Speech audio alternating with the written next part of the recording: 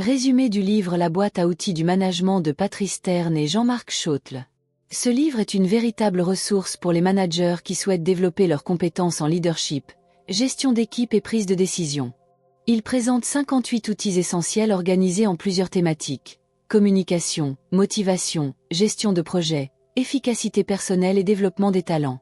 Le management, c'est quoi? Le management est l'ensemble des techniques et des compétences utilisées pour organiser, diriger et motiver une équipe afin d'atteindre des objectifs fixés. Il s'applique aussi bien aux entreprises, aux associations, qu'aux projets personnels. Les 4 grandes fonctions du management. Planifier. Définir des objectifs clairs. Élaborer des stratégies et organiser les tâches. Prévoir les ressources nécessaires. Temps, budget, personnel. 2. Organiser. Répartir les tâches entre les membres de l'équipe. Mettre en place une hiérarchie et des processus de travail efficaces. Et structurer le travail en fonction des priorités. 3. Diriger ou animer. Motiver, guider et inspirer son équipe. Communiquer efficacement pour expliquer la vision et les attentes.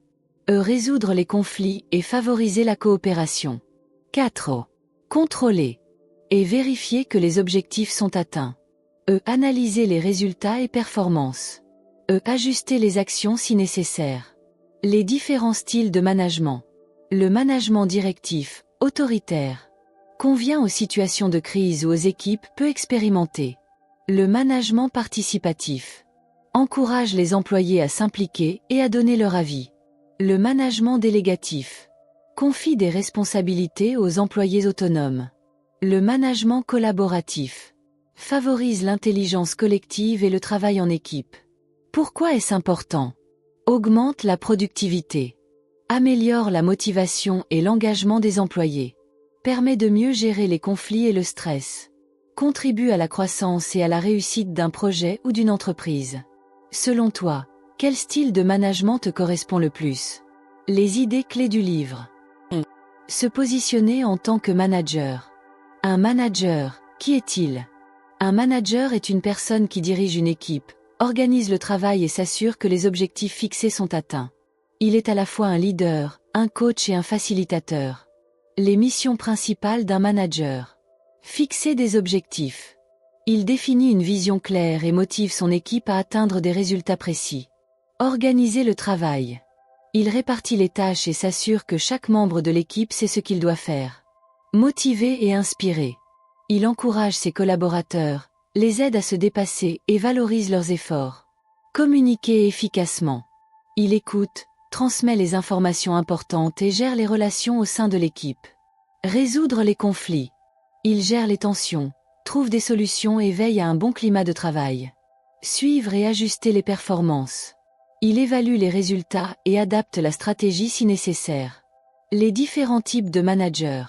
Le manager autoritaire prend toutes les décisions seul, impose un cadre strict. Le manager bienveillant encourage, soutient et valorise son équipe. Le manager participatif implique son équipe dans la prise de décision. Le manager coach aide ses collaborateurs à se développer et à progresser. Le manager laisser-faire donne une grande autonomie et intervient peu. Quelle qualité doit avoir un bon manager? Leadership, savoir inspirer et guider une équipe. Écoute et communication, être capable de bien transmettre les informations. Adaptabilité, ajuster son style de management selon la situation. Prise de décision, savoir trancher rapidement et efficacement. Gestion du stress, garder son calme et gérer la pression. Selon toi, quelles sont les qualités les plus importantes pour un bon manager? Un bon manager doit savoir adapter son style de management en fonction de la situation et des collaborateurs. Utilisation des modèles comme la matrice des styles de management ou la roue de Hudson pour ajuster son leadership. 2. La communication managériale. Importance de la communication assertive pour éviter les conflits et améliorer la coopération. Techniques comme la communication non violente, CNV ou l'écoute active. 3. Motiver et engager son équipe. Appliquer les théories de la motivation, Maslow, Herzberg, Vroom, pour comprendre les leviers d'engagement. Mettre en place des rituels de reconnaissance et de feedback réguliers. 4. Gérer les conflits et les situations difficiles. Et savoir identifier les sources de tension et utiliser des techniques de résolution comme la méthode DESC. Décrire, exprimer, spécifier, conclure. Adopter une posture de médiateur et trouver des solutions gagnant-gagnant. 5. Développer son efficacité personnelle. Organiser son temps avec des outils comme la matrice d'Eisenhower ou la méthode Pomodoro. Et savoir déléguer efficacement en fixant des objectifs clairs et mesurables. Piloter et gérer un projet. Utiliser des méthodes comme le cycle PDCA, Plan Do Check Act, ou la méthode SMART pour fixer des objectifs. Et savoir animer des réunions efficaces en définissant un ordre du jour clair et structuré. Exercice pratique pour la communauté YouTube L'Art de réussir. Exercice 1. Identifier son style de management. Et objectif. Déterminer son style de management dominant et apprendre à l'adapter. Méthode. 1. Répondez à un test simple. Par exemple, face à un problème, est-ce que vous donnez des ordres, impliquez votre équipe, attendez des initiatives? 2. Analysez votre style. Directif, participatif, délégatif. 3. Identifiez une situation où vous pourriez l'adapter différemment. Exercice 2. Améliorer sa communication assertive. Et objectif. Mieux gérer les discussions et éviter les conflits. Méthode. 1. Notez une conversation difficile récente. 2. Reformulez-la en utilisant la méthode DESC. Décrire, exprimer, spécifier, conclure. 3. Entraînez-vous en jouant un rôle avec un partenaire. Exercice 3. Booster la motivation de son équipe. Et objectif. Appliquer les principes de la motivation en situation réelle. Méthode. 1. Identifiez 3 leviers de motivation pour chaque membre de votre équipe. 2. Mettez en place un rituel de reconnaissance. Feedback positif chaque semaine. 3. Observez et ajustez selon les réactions. Exercice 4. Gagnez en efficacité avec la matrice d'Eisenhower. Et objectif. Priorisez ces tâches pour éviter la surcharge.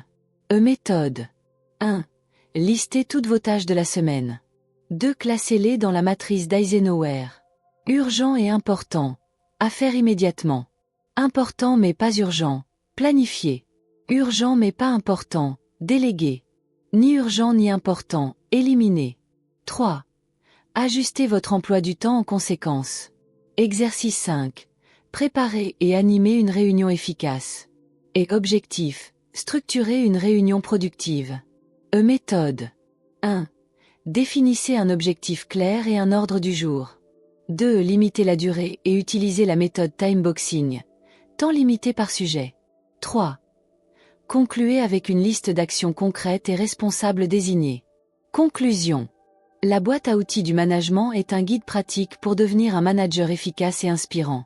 En appliquant ces outils et exercices, vous améliorerez votre leadership, votre communication et votre organisation pour réussir dans votre rôle de manager. À vous de jouer. Quelle technique allez-vous appliquer en premier? Abonne-toi à la chaîne YouTube L'Art de réussir, pour beaucoup plus de vidéos très instructives.